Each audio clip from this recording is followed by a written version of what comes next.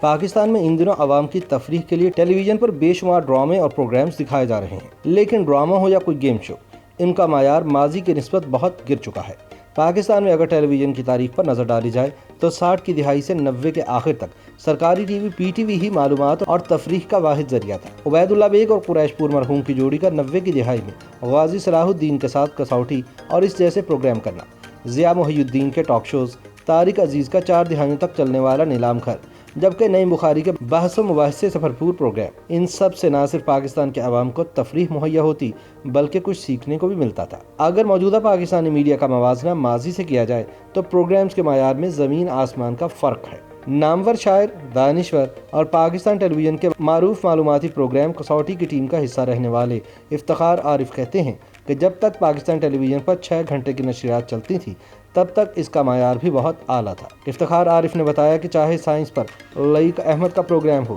حالات حاضرہ میں فرحات زیدی یا جاوید جبار کی میزبانی میں شو، لوگوں کو معلومات فراہم کی جاتی رہتی تھی۔ انہوں نے بتایا کہ اس زمانے میں ڈاکیومنٹریز بنا اور چلا کرتی تھی اور ہم نے کسوٹی، شیشے کا گھر اور دیگر شوز کے ذریعے لوگوں کو معلومات فراہم کرنے کی کوشش کی۔ افتخار عارف نے کہا کہ اس وقت پرائم ٹائم رات 8 سے 9 بجے کو کہتے تھے اور پروگرام کنٹرولرز پر منحصر تھا کہ وہ کس طرح شیڈول مرتب کریں۔ وہاں نہ صرف کامیڈی پروگرام ہوتے تھے بلکہ ایک فل لینتھ ڈرامہ بھی ہوتا تھا، جبکہ خبرنامے کے بعد موسیقی کا پروگرام بھی چلتا تھا اور رات میں ایک انگریزی فلم بھی ہوتی تھی جس کا لوگ بے چینی سے انتظار کیا کرتے تھے۔ افتخار عارف کے بقول آج کل تو کرنٹ افیئرز کے نام پر بحث کم اور کشتیاں زیادہ ہوتی ہیں، لوگوں کو سوچنے کی بجائے بتانے کا رواج ہے، کیونکہ 6 بجے کی خبروں کے بعد جو سلسلہ شروع ہوتا ہے وہ رات 11 بجے تک جاری رہتا ہے اور اس میں آپ کو سوچنے کی فرصت ہی نہیں ملتی۔ انہوں نے مزید کہا کہ 24 گھنٹے کے پروگرامز میں 5 سے 10% بھی پروگرام ایسے نہیں جو نالج بیسڈ ہوں یا جو کریٹیو تھنکنگ یعنی تخلیقی سوچ کا مواد فراہم کرے۔ افتخار عارف کے مطابق پورا ریٹنگ سسٹم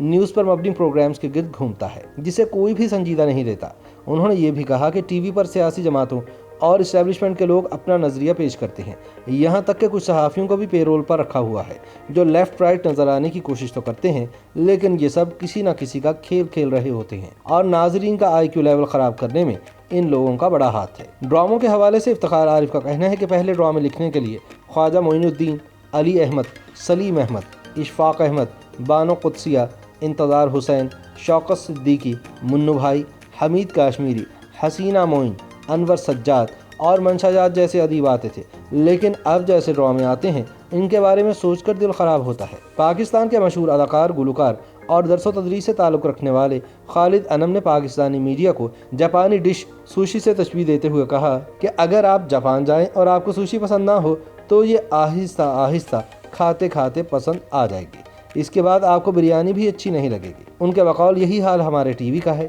جو ناظرین کو دکھائیں گے وہی انہیں پسند آنے لگے گا۔ انہوں نے کہا کہ ہمارے ٹی وی پر یہ زوال ایک دم سے نہیں آیا بلکہ سلو پوائزننگ کی طرح ہے اور زوال آہستہ آہستہ آیا ہے، جس کی سب سے بڑی وجہ نااہل لوگوں کو ایسی جگہ لگا دینا ہے جہاں ان کا کوئی کام نہیں ہوتا۔ خالد انم کہتے ہیں کہ میڈیا کا کام لوگوں کو 24 گھنٹے آئینہ دکھانا ہوتا ہے، اگر اس کی ٹاپ پوزیشن پر ایک اچھا شخص بیٹھے گا تو اچھا کام دکھائے گا، بزنس مین بیٹھے گا تو بزنس دکھائے گا اور آرٹسٹ بیٹھے گا تو آرٹسٹری ہی دکھائے گا۔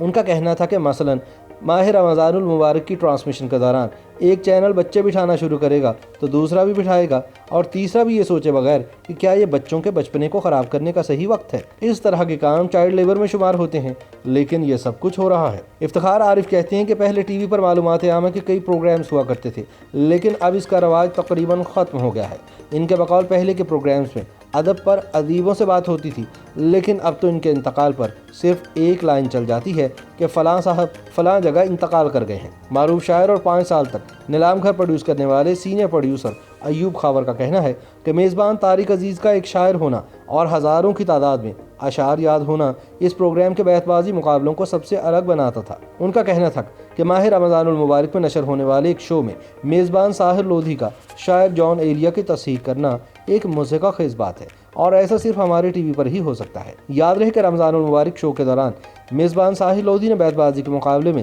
جان ایلیا کے کئی اشعار کو غلط قرار دے دیا تھا، جس کی بنیادی وجہ ان کی اپنی جہالت تھی۔ اس ضمن میں سینئر پروڈیوسر ایوب خاور نے کہا کہ ہر شاعر کا ایک اپنا انداز ہوتا ہے، چاہے وہ شعر کہنے کا ہو یا شعر لکھنے کا۔ اب علامہ محمد اقبال رحمۃ اللہ علیہ کا شعر خود بتاتا ہے کہ وہ اقبال کا شعر ہے اور دیگر شعراء کے ساتھ بھی ایسا ہی معاملہ ہوتا ہے۔ ان کے بقول نیلام گھر میں جو لوگ شرکت کرتے تھے انہیں تو شعر و شاعری سے دلچسپی ہوتی تھی، جبکہ ہمارے میزبان طارق عزیز کی مہارت اس میں ہمارا کام آسان کر دیتی تھی۔ ہمیں نہ کسی جج کی ضرورت ہوتی تھی، نہ ہی کوئی بدمزگی، بلکہ بعض اوقات تو خود ہی شعر کی اصلاح بھی کر دیا کرتے تھے۔ سینئر پروڈیوسر ایوب خاور کا کہنا ہے کہ آج کل بیت بازی کے سیگمنٹ میں میزبان اور ججز سے زیادہ شرکاء کو معلوم ہوتا ہے۔ انہوں نے کہا کہ اب کسی بھی پروڈکشن کی کامیابی کا معیار کوالٹی سے نہیں بلکہ ریٹنگ سے طے کیا جاتا ہے۔ YouTube پر گوگلی نیوز دیکھنے کے لیے youtube.com کی سرچ بار میں googly news T V type کریں۔ گوگلی نیوز کے پیج پر سرخ رنگ کے سبسکرپشن والے بٹن پر کلک کرنا نہ بھولیے۔ YouTube پیج پر اپلوڈ ہونے والی ویڈیوز سے باخبر رہنے کے لیے بیل آئیکن پر کلک کیجیے۔ آپ کو ہر نئی ویڈیو کے بارے میں نوٹیفیکیشن موصول ہو جائے گا۔